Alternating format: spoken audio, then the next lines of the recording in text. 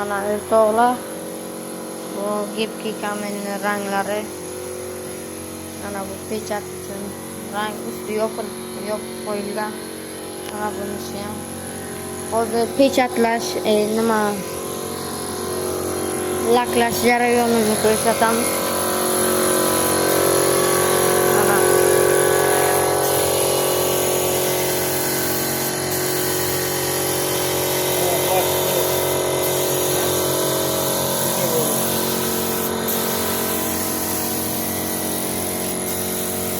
Laklash jarayoni bu.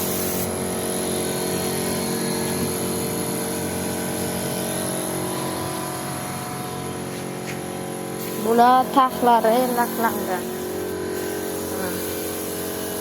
Bu yerda oqlari bor. Mana bu